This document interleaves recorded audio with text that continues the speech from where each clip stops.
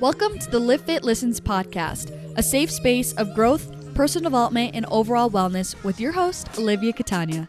Diving into the realms of all things health, conscious living, mental expansion, and much more, this podcast is designed to help you evolve into your best self and live fit. Let's get into the show.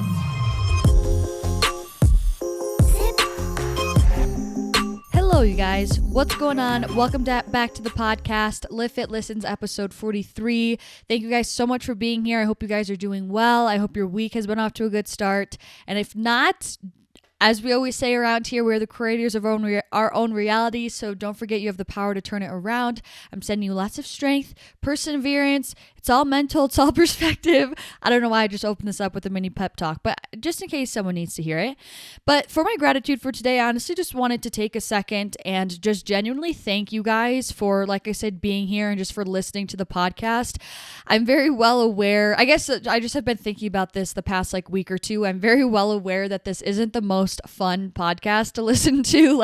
It's not super lighthearted. It's not just pure entertainment. We talk about real shit on here, and it very often can be triggering, and I totally understand that it's not always the easiest to listen to. And so I just appreciate you guys for just being here and still giving me your attention and still applying yourself. And I just am very proud, genuinely, to have you guys be such people who are so committed and dedicated to bettering themselves and on this healing journey in more ways than one. And I can promise you that it takes a certain type of person to be this indebted to their healing journey and willing to go this length into their healing journey and is willing to, dedicate their free time to personal development and betterment by listening to this podcast. And I want you guys to thank yourselves and thank your higher selves for showing up and clicking this podcast today and hitting play and, continuously, whether you've only listened to a few episodes and you're still, kind of seeing what this is about, which welcome, by the way,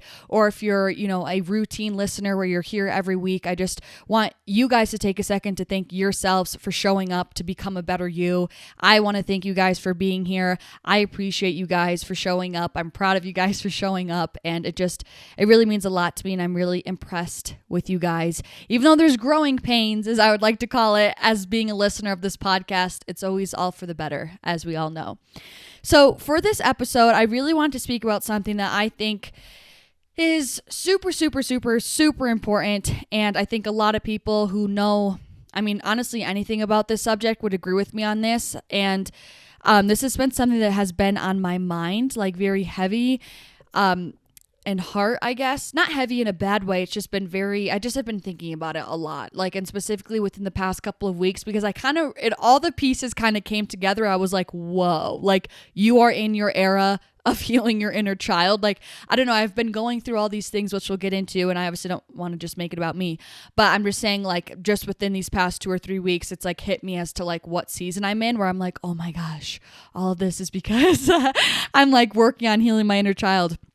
And before I get even too far into this episode, I do want to offer a trigger warning because, we're going to be speaking about kind of childhood trauma, nothing necessarily specific, but just still if you are in a sensitive space right now, which I totally understand, my heart is with you. But if you feel like you're not in the space to maybe hear about these things or talk about it just yet, then maybe, you can revisit when you feel ready to listen. Because like I said, we are going to kind of be stirring the pot on maybe some things that have been kind of settled down in your subconscious from your childhood. And today we're definitely going to be scooping that soup around and getting everything that's settled at the bottom kind of stirred up again, just to kind of be able to revisit it. So again, I think this is a super healing podcast episode. I think it's going to be a really healing podcast episode. This season for me has been super healing, as I just mentioned previously.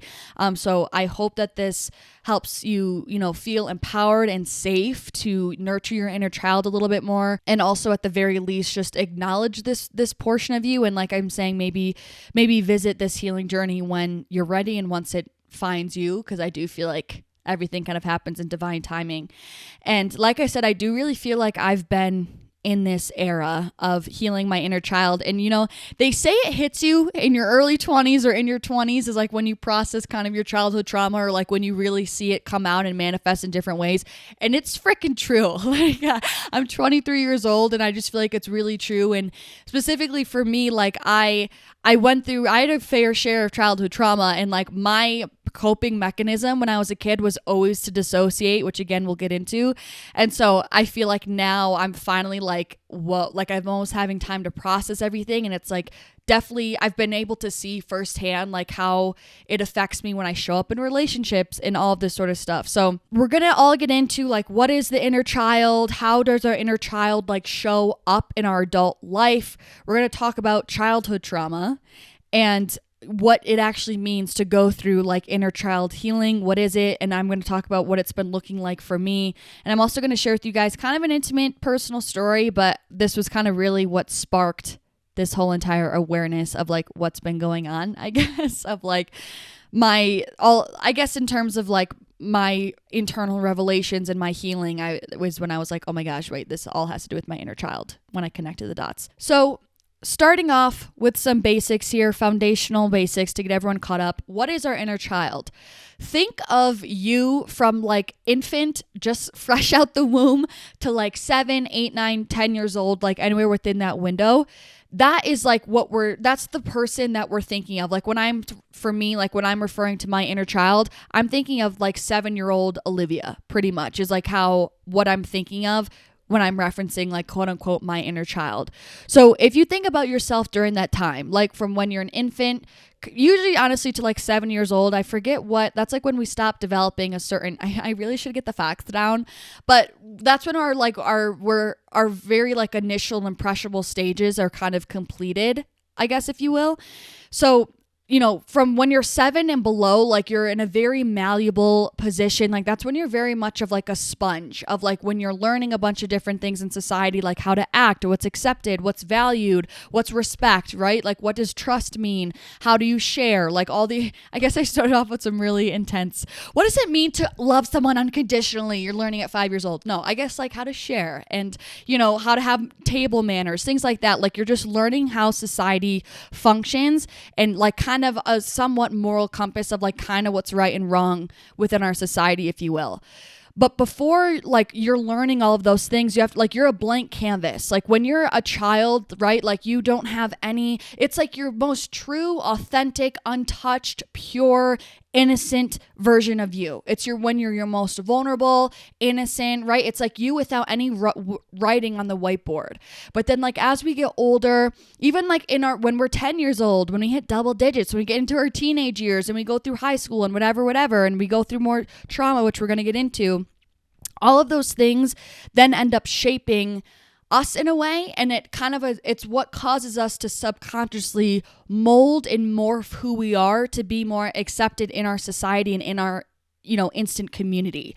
Because back to biology, which I think sometimes some of us need a reminder a little bit, because we think that at the end of the day, we're just nature. And a lot of things about us makes a ton of sense if you think about it biologically. Like we are a social, communal species, right? Like when we were in tribes, all of those sort of things, like it's normal to want to be accepted by the masses and have a sense of belonging. And so, growing up, when you got bullied for wearing like pink shoes or something like that, I'm saying this because it's not something that for you to like necessarily beat yourself up over.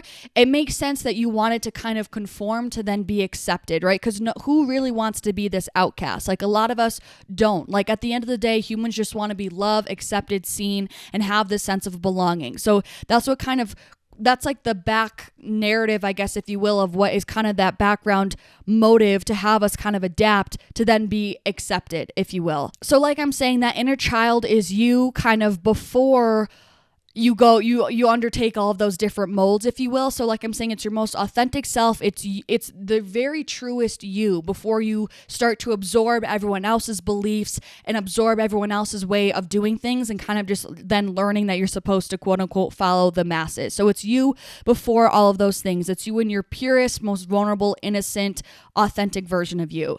And the thing is that inner child never leaves you. And that's something that I've been learning as I get older, and it becomes more and more crystal clear and apparent to me the older that I get. And I realize, that little girl that's like still there within me, the older I get, the more I realize it's so important to make sure that I'm continuing to nurture that little girl that's inside of me and fostering her.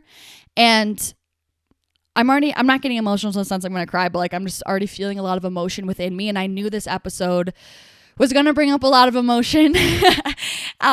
And again, which is kind of why I made that disclaimer in the beginning of the episode, because this episode might bring up some emotions in you, which is totally okay. Feel them, let them come through. But just when I think about now, like as an adult, and I think about things of how, like, because a lot of the way we act comes from the state of our inner child, which we'll dive into deeper in the episode. And just when I see people acting from like a really low vibrational state, or acting from a place of like hatred, or like honestly the people who are the bullies in high school or even in adulthood or whatever, the people that are still gossiping, or the people who, are, passing judgment to people who aren't working the 9 to 5, and who the ones that are trying to go, live their dream life and start their dream business, the people who are passing all those judgments, all those things. It's like, when I just think about that, the reason that they're acting from those places is simply just because they are operating from a place of a wounded inner child,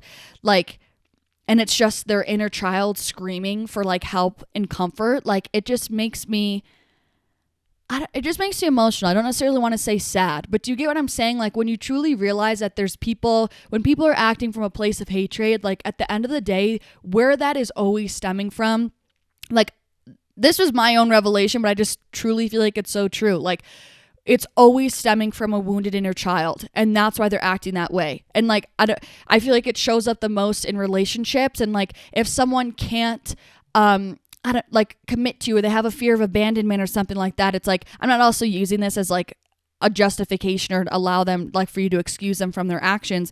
But I'm just saying, it's like, I'm like, that person just has such a wounded inner child that they still haven't healed. Like, their inner child just still feels so unsafe, and they're just screaming for help and comfort from that trauma that they experienced that made them have this coping mechanism of fear of commitment or fear of abandonment, whatever. And that's just what really gets me. So I guess now moving into how does our inner child show up in our adult life? Because I feel like that's going to be the next question. Like, okay, cool. Like, I was 7 years old when I was 7. Like, now I'm 25. Like, what does this have to do with me? The thing is our inner child is responsible for a lot of the ways that we show up in our day-to-day, which I just kind of briefly touched on. You can trace a lot of the stuff of what we do and why we do it back to our childhood if you just kind of give yourself the space to see it and become aware of it.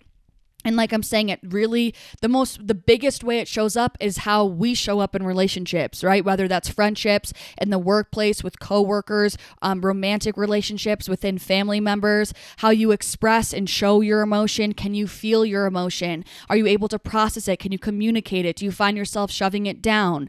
It's also like how we kind of act in serious situations, right?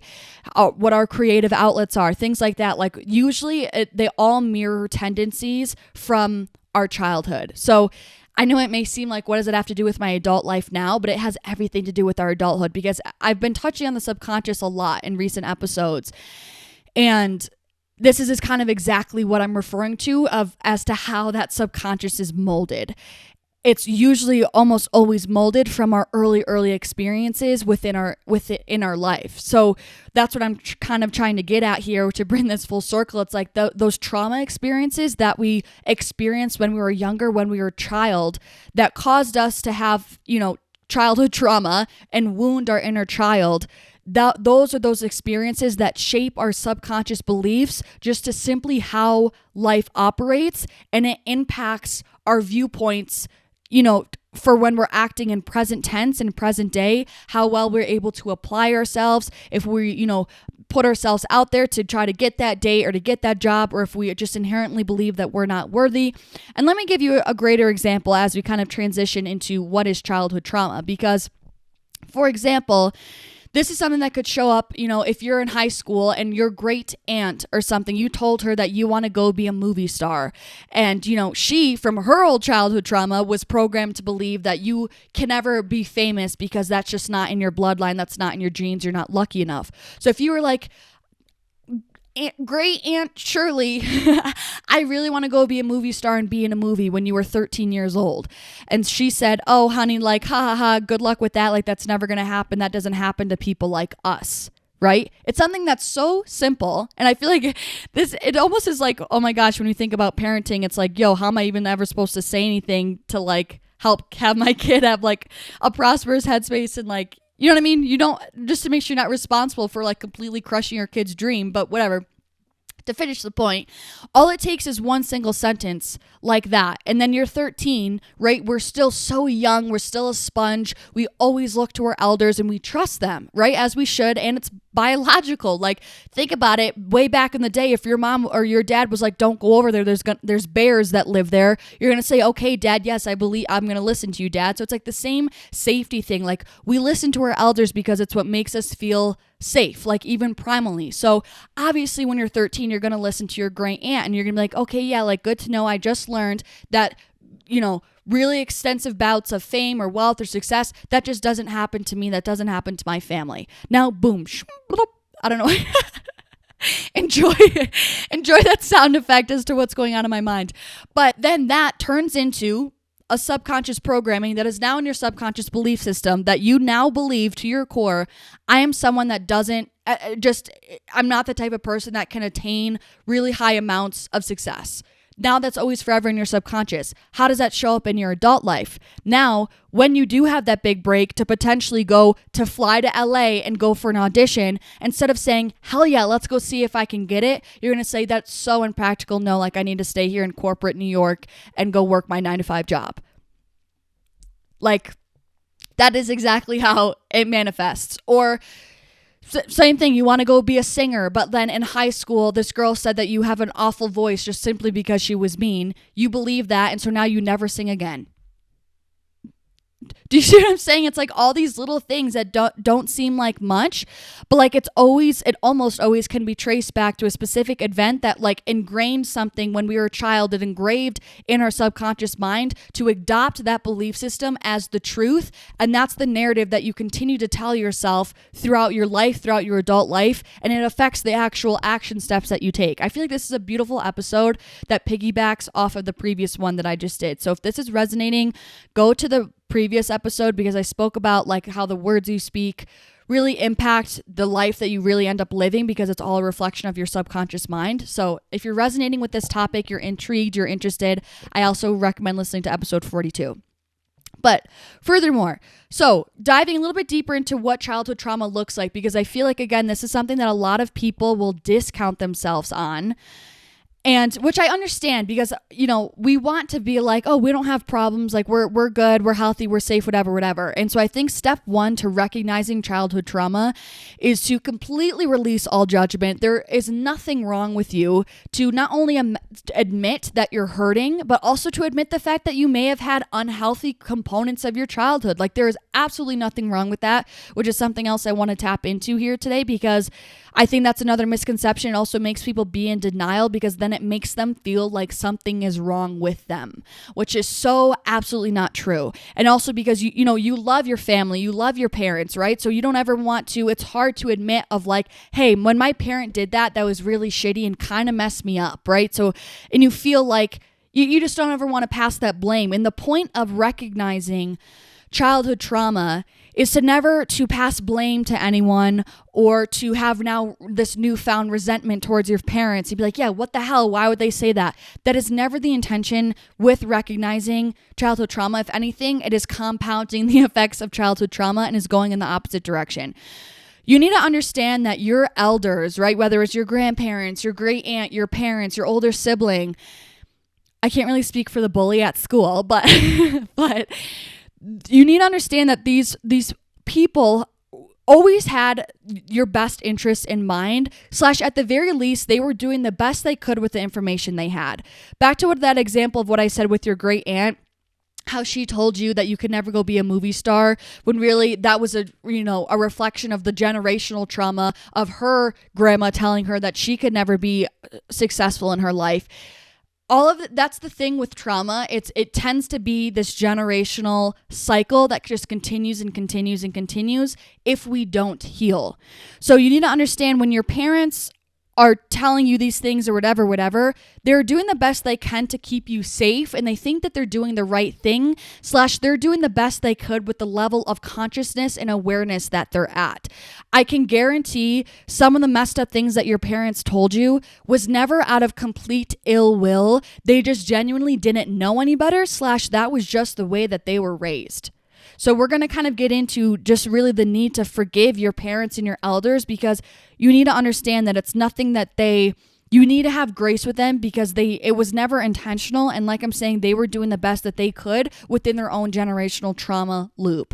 And again, that's why this episode is so powerful, because it's up to us. I think our generation is way more woke and aware and conscious of, trauma behaviors and toxicity and things like that. And we are the ones that are able to have this awareness to wake up and understand a lot of the toxic tendencies just within our society of what is deemed as okay and acceptable. And we're the ones that are waking up and are able to break that cycle to hopefully raise a more healed and conscious and enlightened next generation. So, not me getting on another side tangent. What is childhood trauma?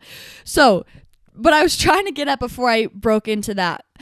Childhood trauma can be defined as so many different things. And like what I originally was saying, that so many people discount their childhood trauma because if they think it wasn't this like groundbreaking thing, that it doesn't count. And I'm here to validate you, okay? Childhood trauma can come in so many different ways. It can be in so many different things. It can look so many different ways. It could be different levels, I guess, if you will. And I think this principle goes back to the very principle that pain is pain. And that I would never tell someone that their pain is invalid because I went through something that's worse. Everyone, every single feeling is subjective. To me, that's truth, right?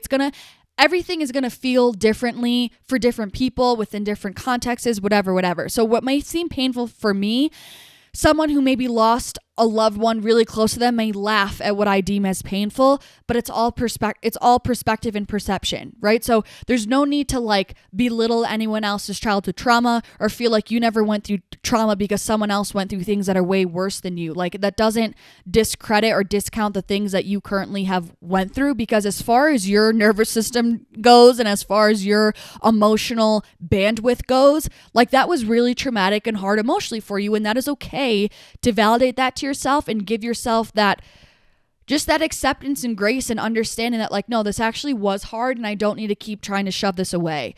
So this can look like, something as subtle as your mom telling you to act a certain way for the neighbors, right? To make sure you guys are accepted or seem as polite or to come across as a certain way, which by the way, that subconsciously is molding that daughter to not feel safe and comfortable to express their authenticity, right? You're teaching them they have to morph themselves in order to be accepted in a community or in a social setting.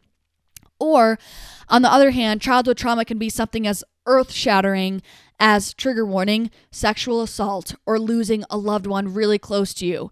It really is something that is all on the spectrum. And it even can be something that didn't even directly happen to you. This could be something that you saw, that you were a bystander on, that you witnessed, or maybe you were in a car accident, or maybe your mom was in a car accident that led her to act a certain way that, really triggered you and was a trauma for you in your home situation, whatever. It is such a wide range of things and such a huge spectrum. And so just please, my point with this is to really give yourself the validation of any pain that you are feeling. It's okay. And you are allowed to revisit it and accept it and validate it, and as opposed to just pushing it away and never dealing with it. What I've been touching on throughout this whole episode, these childhood traumas that we experience are then what is leading to our subconscious programmings, and it's what's showing up as the negative self-talk that just is ingrained in our head. I can tell you something right now, that your 3-year-old cousin is not in her head saying that she looks fat today. That sounds awful, even me just connecting that to. How disgusting does that sound? If like, do you not like that's awful to think about. So I'm just saying my point in saying that is just that like this negative self-talk that we have isn't just something we're born with. It's not something that's like, oh, it's just me. No, it was learned from somewhere, whether it being from childhood trauma, from a bully, from something your parents said to you, and now that's showing up in your adult life. It can show up, with abandonment issues, like I've been saying, or with commitment issues, or with trouble feeling and expressing your emotions. All of these things that maybe you struggle with now in adulthood, or struggling with like self-belief, or struggling with dealing with stress. Maybe you isolate all the time when you're upset, or you dissociate. All of those sorts of things are just stemming from this childhood trauma that you endured. And it is your inner child, a wounded inner child, that has shaped these subconscious programmings, which is now the space that you are living out of in your adult life. I'm really hoping, I feel like that really just connected the dots. If you've been a little bit kind of out in space, I hope that kind of just brought us now full circle of how everything is connected within this. And that's why inner child healing is so powerful, and it just has completely transformed my life. Like, I could just feel this has been a really big healing phase for me, which I still am in it. Obviously, I don't think I'm ever going to be out of it. Disclaimer, I don't think healing ever really ends. But I'm just saying, like, it's just really, really helpful to help. It's really helpful in the sense of gaining awareness for why you are the way you are and how to heal by becoming aware of your inner child. So now let's move into the actual healing portion of what this whole entire episode is on, which is the importance of inner child healing. So now you're like, okay, so cool, Liv. Like, thanks for stirring up the pot. I have all these memories that just came flashing back through listening to this episode on my walk. Now what am I supposed to do with this? Because now it's all floating in the soup, and now turmoil is running loose again. So the whole concept of inner child healing is the concept of like healing that wounded child within, and give yourself that nurture and nourishment that you didn't have at the time of those traumas. So now the fact that everything is kind of stirred up when you think about things now, and you start to connect those dots of like, oh my gosh, I'm acting this way because this happened in childhood, or oh my gosh, this is definitely a wounded inner child response. How can I kind of reframe this to heal? So that's kind of step one of this inner child healing, is gaining the awareness of why you are the way that you are, and that it is stemming from something from childhood. And like I'm saying, give yourself that nourishment and safety and healing that an adult wasn't able to give you at the time of the traumas. So this could look like, identifying the roots of your triggers and making peace with them, and kind of reframing them and saying, okay, maybe something happens in the workplace, you got really triggered. Let me try to think of an example. Okay, you're in the workplace. You had to work on a project. You told your coworker, here, I'm going to show you a rough draft of like this is my feedback on the project.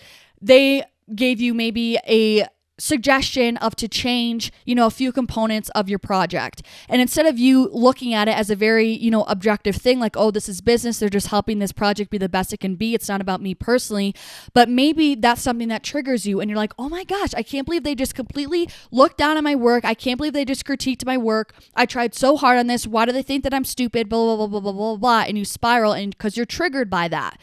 That this is a time opportunity, ding, ding, ding, for inner trauma healing, and say, hey, why am I so triggered about something that is strictly business, right? Like, even if it seemed to be more of a character attack, just simply ask, like, when you get triggered in any way, if you have this feeling of frustration, anger, jealousy, sadness, all those things, those are just all triggers that are coming up, right? Emotions are just kind of use them as road, like signs, as a map to kind of towards healing, right? Understand that you're triggered and say, hey, actually, now that I think about it, that's coming back to a memory when I was 11 years old and my dad was trying to help me with a science project, and he completely turned down everything that I was doing, and he ended up doing the project basically on his own. I just helped him glue things down, and he made me feel completely incompetent for being able to come up with my own right answers and my own work. Like, he completely invalidated the quality of work that I do. It doesn't always have to be something as specific as like a specific event. But stuff like that, like maybe just over time when you were working on projects in middle school with your dad, he always made you feel like you couldn't do the project on your own, and he validated your capacity to do it and do it well. And so maybe that's why now you're triggered in the workplace. Things like that are kind of a way to work through your triggers and kind of identify a root of your trigger. The reason why it helps me identify the root of a trigger is because it just kind of makes everything make more sense to me. Like it kind of grounds me a little bit. Like I'm saying, it makes it come more full circle, and it helps me understand just what I'm dealing with and makes it a little bit more tangible and real by identifying the root of a trigger and like where the trigger was formed, where it's coming from, etc. It also can look like tracing back your self-sabotage habits to a reason and healing that. That's a freaking good one. Back to what I'm saying about this movie star example with your great aunt. This maybe could look like you always inherently maybe don't ever look for casting calls, or, when you go to apply yourself for a casting call, you don't ever like really give it your all because you're like, I'm not going to get it anyways. Things like that, right? That's kind of all self-sabotaging efforts. Like if you're in a relationship, you're trying to get in a relationship with someone, you push the person away, or you just can't commit to them, or you can't express your feelings or something like that, and you would just end up pushing the person away. That's another like self-sabotaging mechanism, right? That maybe happened in some sort of your childhood, right? So things like that, that's a really big way that childhood trauma can kind of show up. And doing a way to heal that inner child is to kind of become aware of that self-sabotaging habits, realizing why you're doing them, and reframing them and affirming to yourself that you're safe, that you don't need to have those self-sabotaging habits. Like you can believe in yourself, you are able, you're capable, you can do it, you are safe, and that will go a really big way, a really long way with healing. Another big thing, which I kind of touched on previously, forgiving your parents, a huge component to inner child healing, especially if you went through something a little bit more,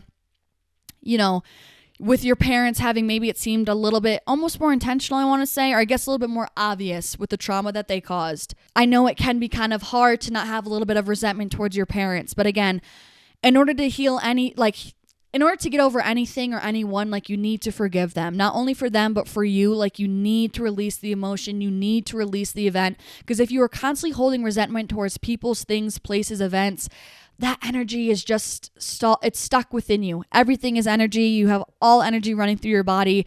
It's just stale, stuck energy that is within your body. And, what I've learned is like you want to do what you can to keep very free flowing, light, clean energy always flowing within you. And I kind of picture, resentment and things like that are as energy blocks that are kind of stuck within you that keep you from staying in your divine flow. So just promise me, and trust me, you just got to affirm to yourself that you can forgive them. And I'm not saying it has to be overnight. I'm not saying you need to let people in back into your inner circle who really showed you very obvious, awful trauma. Like, trust me, I'm not trying to, I also want to make this very clear. I'm not trying to put words in anyone's mouth. I'm not trying to tell you what to do. I am not by any means telling you who you should and shouldn't have in your life. I don't care if this is your own mother. You need to do what you feel like you need to do to protect your peace, to protect your boundaries, to protect your quality of life. And if that involves not having that person in your life, I'm not going to tell you what to do. But what I will say is you need to come to peace with them, with that situation. And again, maybe that's at peace with them halfway across the country, or maybe it's at peace with them, in your neighborhood, and you're able to go out to lunch with them every Sunday. But whatever that looks like for you, like you need to find that good sweet spot for you, and just understand that you need to release, just let it go. And I'm feeling like now I'm tapping into that emotion. Like I know it can be so hard, but it's also going to be really freeing at the same time to just forgive and just to let it go, and to understand that you and them are in a new era, and it serves no one any good by just holding on to the past, not only by living in the past, but holding on to just hurt energy, because all you're honestly doing is just hurting yourself, because you're subconsciously just completely reliving the energy of that scenario. You're reliving those feelings, and you think that you're like, oh, I got over it, but really you just shove the emotions down.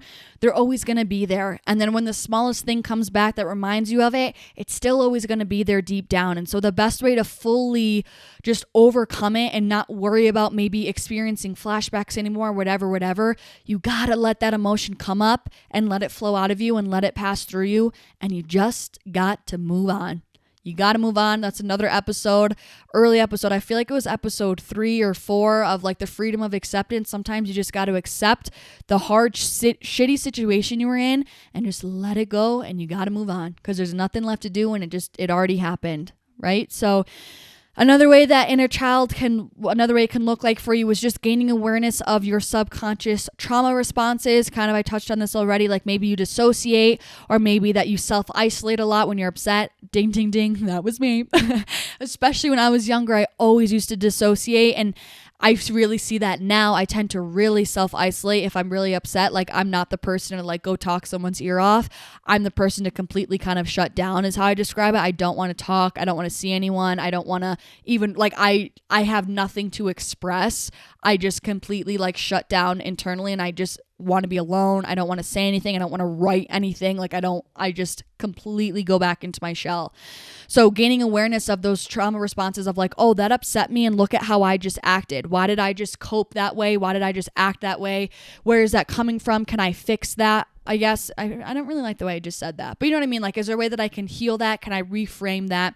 Things like that is a really big way to heal your inner child. That's something I'm really working on, is kind of noticing how I'm responding in situations and understanding like where it is coming from.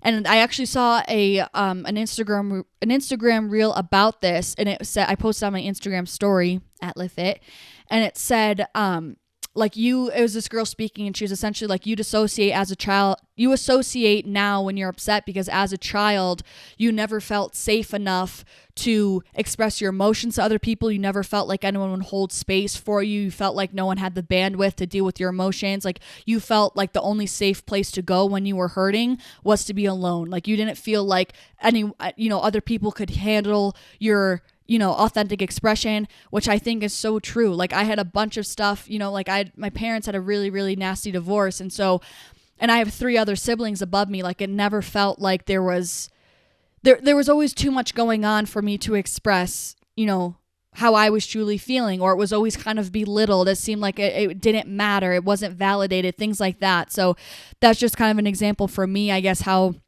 that showed up to me in my life. And that's why now I tend to self-isolate. So like, that's just another example for you, but like, that was a big wake-up call for me. It's basically just making that conscious effort to rewrite that narrative that like your hurt, wounded 7-year-old self has been telling you like all this time, which like, I just like, I don't know why it still just makes me sad for some reason. Not sad, I guess just emotional, but like that really is what just inner child healing is. It's really just making the conscious effort to rewrite your narrative that your hurt 7-year-old self has been telling you all this time. So I want to close out this episode with some things I've been doing to like channel and heal my inner child and like give her some more energy and attention and love and care to feel safe, because, maybe she was a little bit neglected growing up because other things were going on, but I've touched on these a little bit. And like I said, like these healing eras have really been coming to me like in divine timing. Like I truly feel like, beginning of this year, it was when I really was trying to tap into like healing the relationship with my divine feminine energy. Like I did an episode on that about how kind of growing up, feminine energy was kind of always looked down upon. So I feel like that was phase 1 that found me. And now I really feel like I'm in this era of like inner healing journey that has found me in divine timing. So a lot of these things, some of these things I've been doing weren't like directly of me being like, I want to go heal my inner child, so I'm going to do these things. It's like I've naturally been gravitating towards these pulls. And then like I'm saying, after having these realizations, I was like, oh my gosh, like this is my inner child, like finally ready to like come back out and like heal with me and be with me in this lifetime. So the first thing is like just giving myself the safe space to play. Again, if you grew up in a very hectic, chaotic household or whatever the case may be, or maybe your parents were like trying to always look good for the Joneses, like look good for the neighbors, and so they didn't want you associated with certain types of play or whatever the case may be, right? So giving myself just the safe space to just play like a kid and not have an intention all the time, not have to be productive, not have to serve a purpose, like just to enjoy my time and have mindless fun has been really healing. If you guys follow me on Instagram, I've been swinging at the playground. And again, I cannot tell you whatever brought me this urge, but I've been doing this like kind of all summer. There's a park near me and I just have been going and swinging, and I listen to music, and it has been the best thing ever. And one time my dad came with me and he literally like was pushing me on the swing like a kid. And I was like, this is so healing for my inner child. But yeah, go swing at the playground. It's the best thing ever. Again, it was a natural gravitation and I love it. I can't go back. Another thing, just gaining awareness of different childhood wounds. So like certain things that I didn't realize were dysfunctional, right? I'm like gaining more awareness of that. Hey, that kind of is a little bit dysfunctional. Like that's not acting from a healed space. How can I kind of reframe and shape that? Where is it coming from? How can I consciously act differently from a healed heart space? With that, resolving my triggers and like I'm saying, reframing my responses. So again, which I touched on, like just recognizing when something triggers me, asking myself why, where that came from to connect the dots and understand and like affirming to myself like, hey, I don't need to feel triggered. I am safe. This doesn't mean XYZ. I can act from this heart space and kind of reframing that. Again, playing outside, like just being outside as much as I can, being on grass, going to the park, just again is very nurturing for that inner child energy. Like I said, forgiving my parents, just simply having grace with them, still having respect for them, helping. I've been helping my parents heal trauma, especially my dad, like helping him kind of work through things because he doesn't really always believe in mental health, if you will. So I just have been kind of bringing things to light of like certain things that he does, like certain tendencies, and connecting the dots for him and him being like, oh, whoa, okay, like I kind of get it, but I'm still kind of in denial. So not only like forgiving your parents, but also maybe helping them on their healing journey and just things like that has been healing for me. Having compassion towards myself has been a big one, and just releasing the need to be perfect.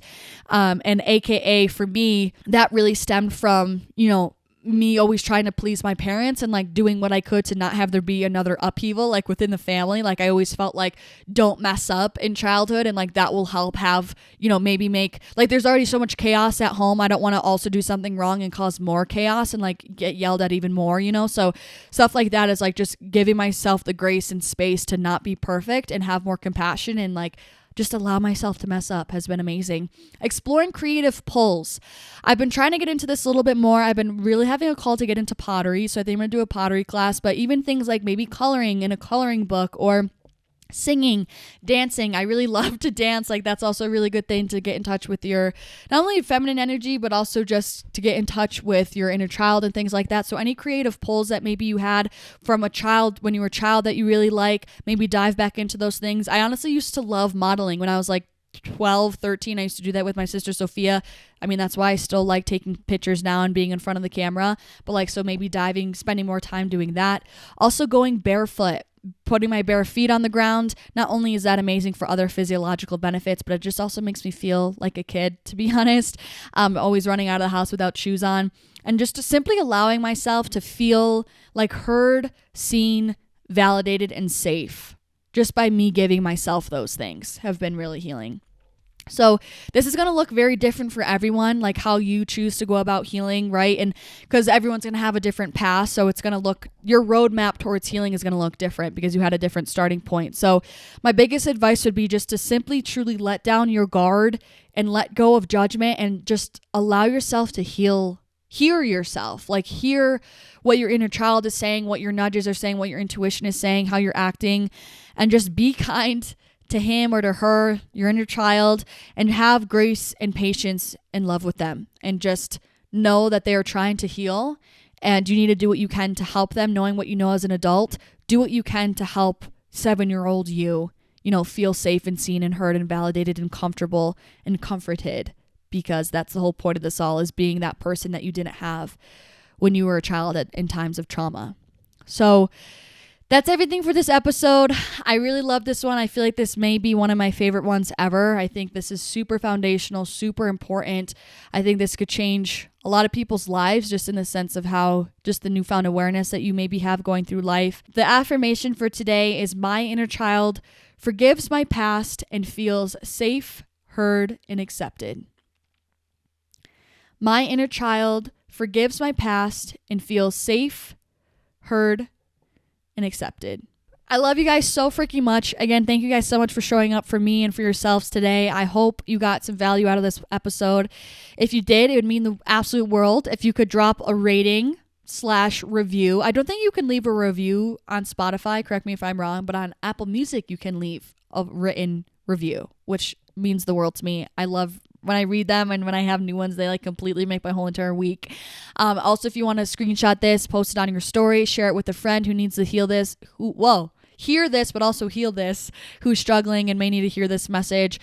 Subscribe if you haven't already, or download the podcast. All this just really helps this podcast grow and helps it reach more people and impact more lives, which is always, always, always the goal here. So I'm sending you guys so much love. I feel like I should go. I'm sure I talked your ear off. Thank you guys so much for tuning in, and hopefully I'll see you in the next one. Peace out.